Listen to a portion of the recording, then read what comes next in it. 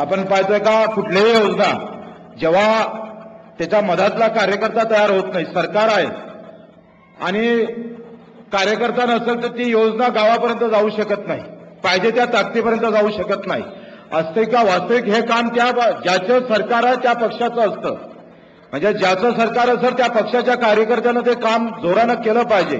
परंतु पक्षातला कार्यकर्ता कमिशनच्या मागे लागतं आणि सामान्य माणसाला दूर ढकलतं, अशी वस्तुस्थिती आहे. आणि मग ही महत्वाची गॅप आपल्याला बाहेर काढायची आहे. एकाकडे ज्याचं सरकार असेल त्याच्या कार्यकर्त्यांना गावागावात एक प्रकारच्या योजना त्या मंत्र्यांकडून माहिती घेऊन तशा प्रकारचं प्रशिक्षण त्या कार्यकर्त्याचं त्या मंत्र्यांना घेणं गरजेचं असतं. आम्ही पाहतोय, मी आमदार झालो, सभापती जेव्हा झालो तेव्हा सभापती झाल्यानंतर सगळ्या योजना एका महिन्यात फटाफट समजून घेतल्या. एक वर्षभर होतं, फक्त एका वर्षभराचा सभापती होतो. त्याच्यातच 4 मोर्चे माझ्या अंगावर येऊन बसलेले होते. कारण की आम्ही जो काही लढा होता तो भ्रष्टाचाराच्या विरोधातला होता आणि ते लढता लढता लोक आमच्या अंगावर आलेले होते. पहिला प्रसंग होता, मी प्रहारमध्ये पिक्चर पाहिला आणि प्रहारमध्ये एक नाना पाटेकर त्या स्थानिक लोकांसाठी लढत असतं. एक मिलिटरीवाला असतं, त्याचं पाय तुटलेलं असतं आणि तिथं हप्ता वसुलीच्या वार्डात सुरू असते मोहल्ल्यात. त्यात नाना पाटेकर येतं त्याचा विरोध करतं. वरतून धडधड गोटे येते, नाना पाटेकरलाच गोटे मारते. एक अचंबा तयार होते का बा ज्याच्यासाठी आपण लढत आहोत तेच लोक याला गोटे मारत असते. आम्ही वस्तुस्थिती आम्ही जेव्हा शौचालय एक योजना चांगली महत्वाकांक्षी योजना मधात सुरू होती, 5,000 4,500 रुपये गव्हर्नमेंट द्यायचे आणि 500 रुपये लाभार्थ्याला भरायचे असायचे. 4,500 सरकार द्यायचं आणि 500 रुपये लाभार्थी भरायचे. ही योजना जेव्हा खेड्यापाड्यात राबवल्या जात होती तेव्हा विटा सिमेंटचे शौचालय नाही, 3 पत्राचे शौचालय बांधल्या गेले. म्हणजे त्याचं व्हॅल्युएशन पाहिलं, त्याचं जर आपण एकंदरीत त्या शौचालय बांधकामाचा खर्च पाहिला तर 2,500 आणि निघत होते 5,000. 2,500 5,000चं शौचालय 2,500 बांधायचं आणि बट्ट्या बोर्ड करायचा.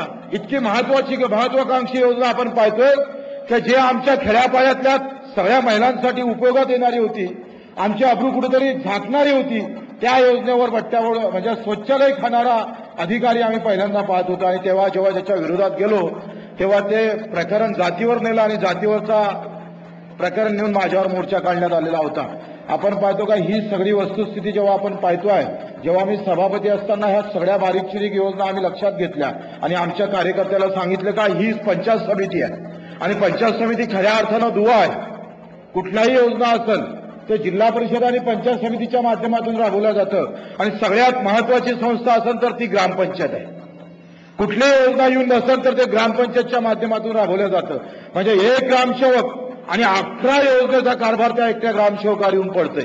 म्हणजे सगळ्या मग कुठल्याही कलेक्टरची असन, जिल्हा परिषदची असन, आमदार निधी असू द्या, कुठलीही योजना असू द्या, ती सगळी ग्रामपंचायतीवर येऊन पडते आणि सगळा भार त्याच्यावर येऊन पडतो.